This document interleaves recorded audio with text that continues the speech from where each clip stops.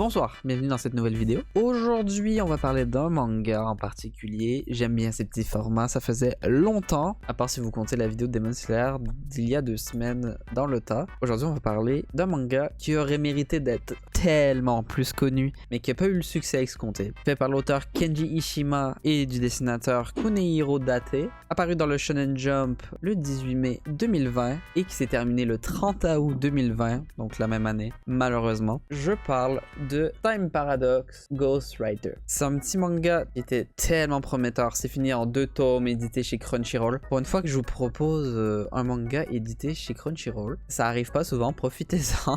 Bref, c'était tellement prometteur, il méritait d'avoir un succès tellement plus grand, mais je sais pas pourquoi au Japon ça a pas pris. Et c'est terminé en 2 tomes. Comme d'habitude, je vais vous faire un petit résumé de cette histoire. Teppei Sasaki est un jeune auteur de manga qui rêve d'être publié dans le Weekly Shonen Jump. Depuis des années, il multiplie les efforts afin d'atteindre son but, mais en vain. Tous les projets qu'il propose sont refusés les uns après les autres. Il sombre peu à peu dans le désespoir. C'est alors qu'il découvre dans son micro-ondes un exemplaire du magazine Jump censé paraître 10 ans plus tard, avec en couverture une série de génies. Cet étrange événement va changer radicalement le cours de sa vie. En gros, c'est une série de voyage dans le temps. En gros, un éclair s'abat sur son micro-ondes et son micro-ondes devient une sorte de machine à voyager dans le temps où il reçoit des Shonen Jump qui datent de 10 ans plus tard dans le futur. Il décide de prendre la série de couverture pour son œuvre personnelle en se disant que l'auteur ou l'autrice de base n'avait même pas commencé à écrire ou dessiner le manga en général. Mais il se rend compte que finalement si, l'autrice du manga Itsuki Haro était bel et bien en train de dessiner ce manga, sauf qu'elle prenait extrêmement son temps pour le faire, pour le peaufiner un maximum et le sortir 10 ans plus tard. En tout cas, c'est une excellente série, j'ai pas envie de vous spoil vu que c'est terminé en 2 tomes, c'est super court. Foncez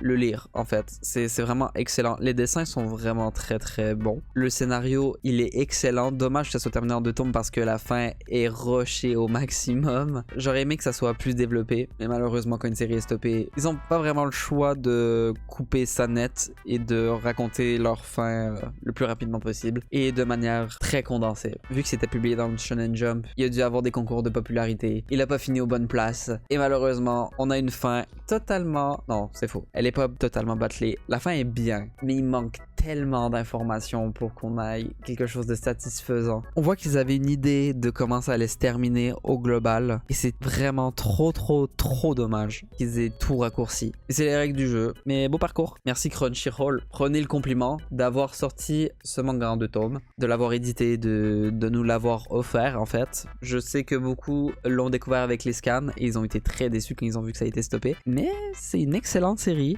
je le conseille à tout le monde, honnêtement. C'est vraiment très qualitatif. C'est un scénario qui se tient debout malgré l'interruption. C'est la première fois aussi, je crois, que je vous conseille un manga fait par un auteur et un dessinateur différents. Il y a aussi un côté très tragique à l'histoire, mais je vous laisserai le découvrir en le lisant vous-même. Sur ce, la vidéo est déjà finie. J'ai pas grand-chose à dire sur ce sujet. Je voulais quand même mettre en lumière ce manga que j'ai beaucoup apprécié et que je trouvais très original. Et comme je vous l'ai dit plein de fois dans la vidéo, j'étais très déçu que ça s'arrête aussi prématurément. J'espère que vous allez le lire, si vous l'avez lu ou si vous allez le lire, etc.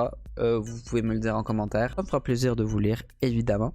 Du coup, la vidéo est terminée. J'espère qu'elle vous a plu. Comme d'hab, vous pouvez vous abonner, liker, me suivre sur les réseaux. Et je vous l'avais promis que j'allais revenir de façon plus régulière. On n'aura pas le même rythme qu'avant, je pense. Mais je vais quand même me tenir à avoir un rythme régulier pour le bien de ma chaîne YouTube et pour que ça reste vivant. Bref. Je vous laisse là-dessus, passez une bonne journée, une bonne soirée, et je vous dis à la prochaine pour une nouvelle vidéo. Bye bye!